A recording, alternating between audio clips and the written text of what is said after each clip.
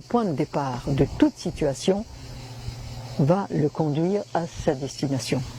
Je prends par exemple l'eau du Gothard, le massif du Gothard en Suisse, où la même eau qui court vers le sud va faire le Rhône qui se jette dans la Méditerranée, et la même eau qui coule vers le nord va faire le Rhin qui se jette dans la mer du Nord. Et du point de départ, la destination va être complètement différente. Et si on considère que notre corps fonctionne, que les 4 lois de base de notre fonctionnement sont la respiration, on ne peut pas vivre sans respirer. Je défie qui que ce soit, le plus malin des malins, qui me prouve qu'il peut vivre sans respirer. L'alimentation. Il est vrai qu'à l'heure actuelle, il y a des gens qui vivent de respiration et qui ne mangent plus. Je suis allé faire un stage chez eux pour comprendre. Ça existe. J'en suis pas là. Le sommeil pour pouvoir digérer et l'élimination des résidus de toute combustion. Quand ces 4 lois de base fonctionnent, normalement, naturellement, eh bien, on peut aimer, c'est-à-dire faire les choix qui nous conduiront vers ce qui nous convient le mieux, parce que l'amour n'est pas donné par hasard. On aime, et quand l'amour nous rend véritablement heureux, profondément, calme et serein, c'est que c'est la bonne direction, et qu'il faut aller dans ce sens. Quand l'amour nous rend malheureux, c'est l'amour à l'envers. Et là, les grandes passions douloureuses, elles ont toujours conduit à la souffrance, et c'est pas le but. Hein. Mais si un être n'est pas intoxiqué, il n'y a pas de grandes passions douloureuses. Ceci dit. Alors, il est certain que pour penser, pour aimer, pour penser et pour agir, il faut que notre corps, que notre laboratoire à vivre fonctionne parfaitement et en harmonie avec l'intelligence universelle. Et là, tout va bien.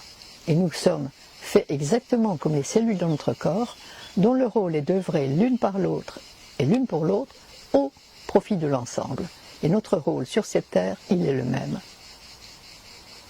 Œuvrer l'un par l'autre et l'un pour l'autre au profit de l'ensemble.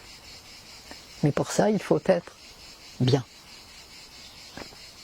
Si on n'est pas bien, on ne peut pas. Parce que sous l'influence de la peur, on va garder pour soi. Parce qu'en réalité, on est exactement comme une source. Nous recevons les informations. Une source, elle reçoit. Tant qu'elle donne son eau, elle en reçoit. À partir du moment où il y a un barrage, elle ne peut plus donner son eau, elle tarit. L'eau va passer à côté. Et l'énergie et toutes les idées constructives et créatives et les sentiments heureux vont passer à travers nous tant que nous les communiquons. Si nous les gardons pour nous, eh bien, on va tarir. Ça va se fermer. Et on n'a rien à nous, tout à nous, mais tout ce qui nous appartient appartient au monde entier. Et ça, il faut bien en être conscient.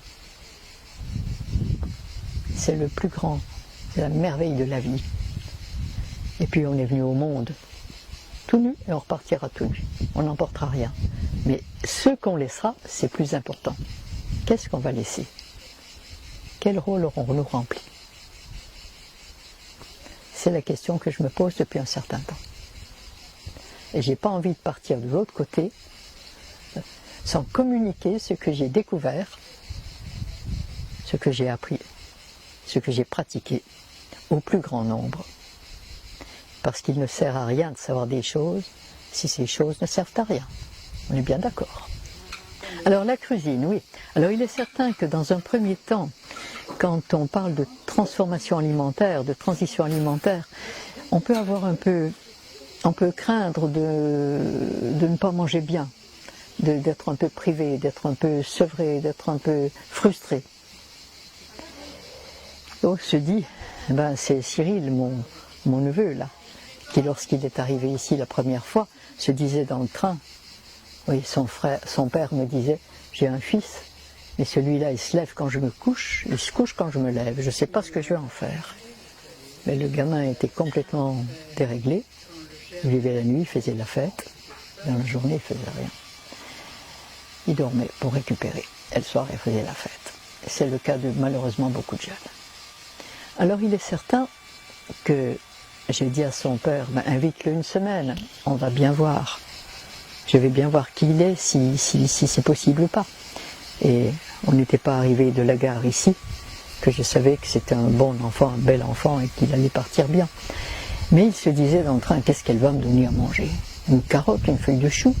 Et comment je vais faire pour aller me chercher une pizza? Et il était très tracassé. Et quand il a découvert ce qu'il mangeait ici, il était tellement heureux que maintenant il fait à manger comme ça partout où il va, chez sa sœur, chez ses copains. Il les amène à vivre différemment. Il me dit, ça a changé ma vie. Je me suis senti avec de l'énergie, avec des idées claires, j'avais envie de faire des choses, j'étais heureux. C'était tout à fait autre chose que quand je buvais de l'alcool toute la nuit, que je faisais la fête. Et des pâtes et des pizzas dans la journée. Parce que les fameuses pâtes, elles en ont fait du mal. Vous savez qu'on a quand même un enfant asthmatique sur 7 à l'heure actuelle.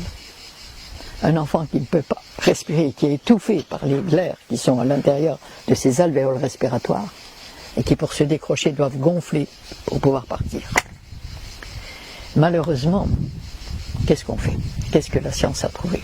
Mais pour arrêter cet étouffement, on excite le cœur et on donne aux asthmatiques des excitants cardiaques. Ok, la crise s'arrête.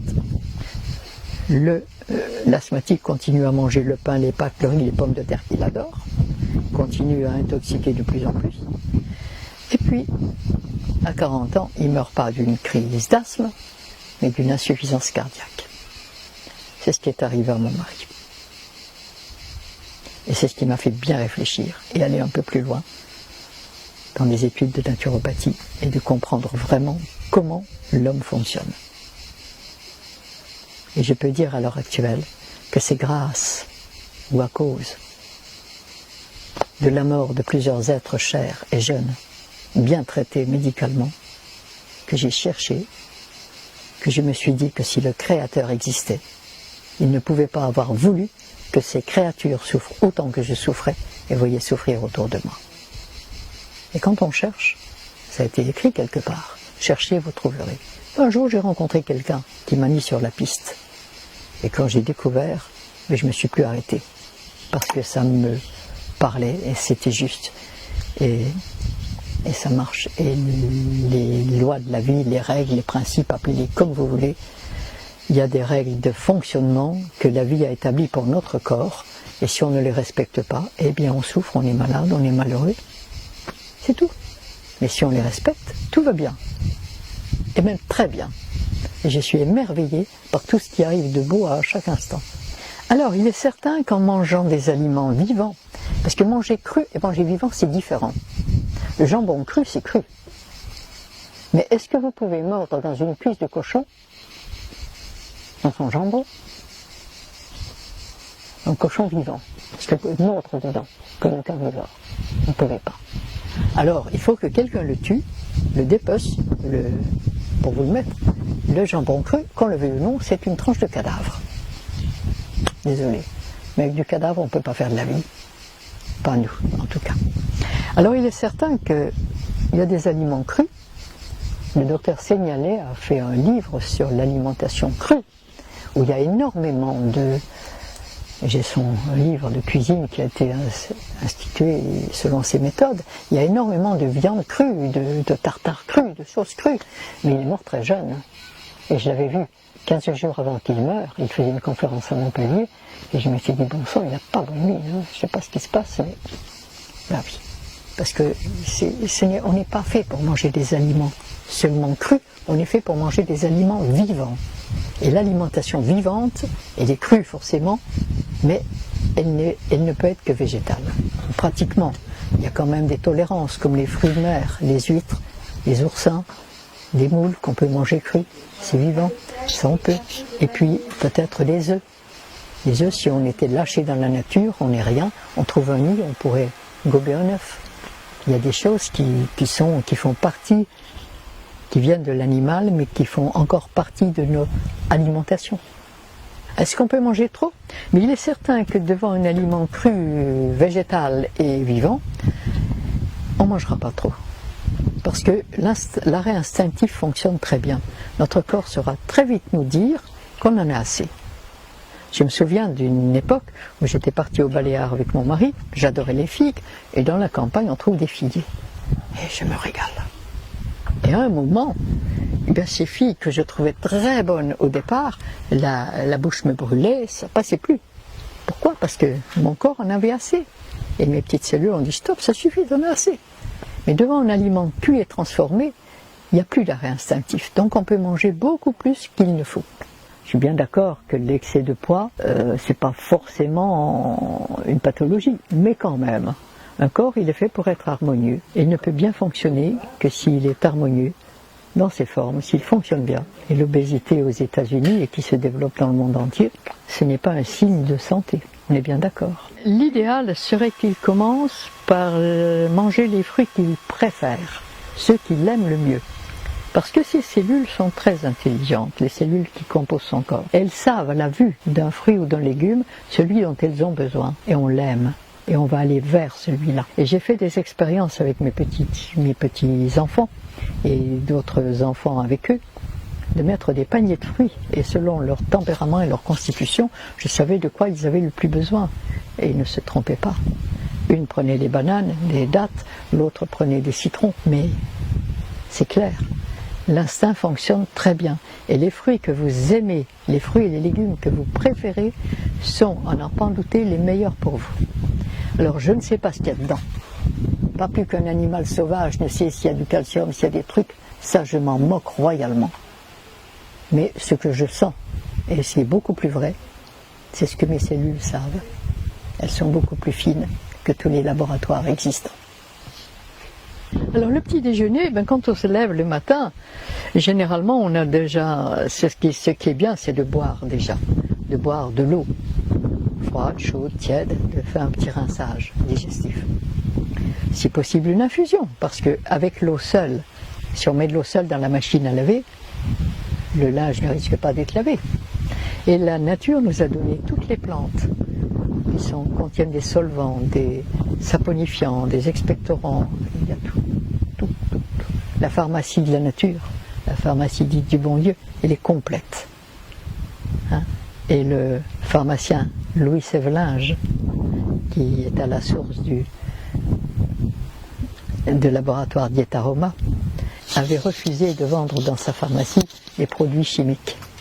Et il a eu 13 procès par l'ordre des pharmaciens. Mais il a tenu bon. Et il a dit, la nature nous a donné les plantes, avec ça on a fait les huiles essentielles, avec ça on peut tout faire. Et je ne vendrai jamais leur saleté. Bref, il a eu raison. Malheureusement, il y a peu de gens qui ont cet état de conscience. Et je suis heureuse d'en parler et de le citer. Bien, le petit déjeuner, si quand on a bu un verre d'eau froide, chaude, ou avec quelques gouttes d'huile essentielle, ou avec un peu d'hydrosol, ou avec une infusion, on peut faire ça. Et après le petit déjeuner, bien que chacun prenne les fruits qu'il aime le plus. Pour certains, ça sera des oranges. Pour d'autres, ça sera des bananes. Pour d'autres, ça sera des dattes. Pour d'autres, ça sera... Laissez faire. Laissez-vous guider par votre instinct. Et vous verrez que là, ça ira très vite bien. Et si vous commencez le petit déjeuner en apportant à votre corps des aliments qui lui apportent de l'énergie et qui se digèrent très facilement, c'est-à-dire qui ne le fatiguent pas. Vous savez quand même que certaines digestions de plats, de repas dits complets, mettent l'individu dans un état de leucémie digestive, de leucocytose absolument épouvantable. D'où l'intérêt de boire un café, un pouce café. Mais d'avoir pas tellement la forme et des idées claires après. Ceci dit, quand vous avez mangé des fruits le matin, et si vous en donnez à vos enfants, alors on peut les manger de façon naturelle, c'est le plus simple. Mais on peut aussi, civilisés que nous sommes, utiliser un blender, un mixeur, et faire des cocktails, des purées de fruits, qui sont absolument délicieux. Alors par exemple, vous mettez une banane pour un enfant, vous allez mettre une orange, vous allez mettre des fruits rouges, vous allez mettre des pêches, des abricots, peu importe, vous allez mettre tout ce que vous voulez, et vous faites des purées de fruits absolument délicieuses. Je sais que mes petits-enfants petits, je leur disais, tu veux manger quoi ce matin? Purée de fruits, mamie. À midi, tu veux manger quoi? Purée de fruits, mamie. Le soir, tu veux une purée de fruits, mamie. Et les enfants adorent les fruits. Les légumes, ça vient un peu plus tard, mais au départ, ils sont très attirés par les fruits. C'est ce dont ils ont plus besoin.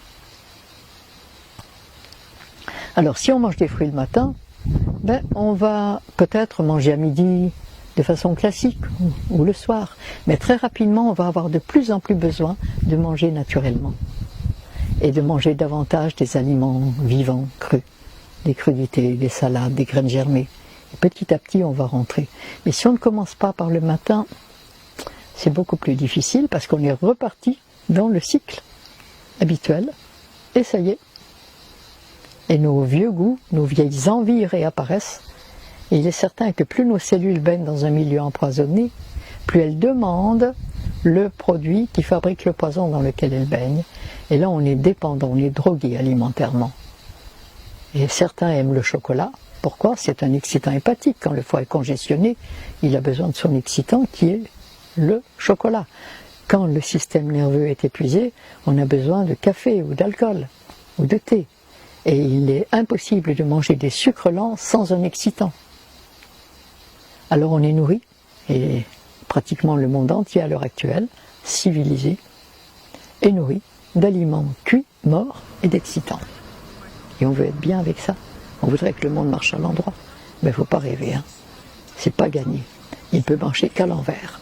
Et à l'envers, on va trouver des solutions à l'envers pour le soigner. Mais voilà, on est en pleine illusion, on a perdu notre connexion à l'intelligence de la vie et on fait tout à l'envers. Ça va rapporter à certaines personnes, mais avec l'argent on n'achète pas tout. On peut acheter une maison, on n'achète pas un foyer. On peut acheter des médicaments, on n'achète pas la santé. On peut acheter des distractions, on n'achète pas le bonheur. Et les vraies richesses, pour y avoir accès, mais il faut que nos cellules fonctionnent bien et puissent avoir accès à ces vraies richesses. Et celles-là, elles valent beaucoup plus cher que tous les richissimes du monde.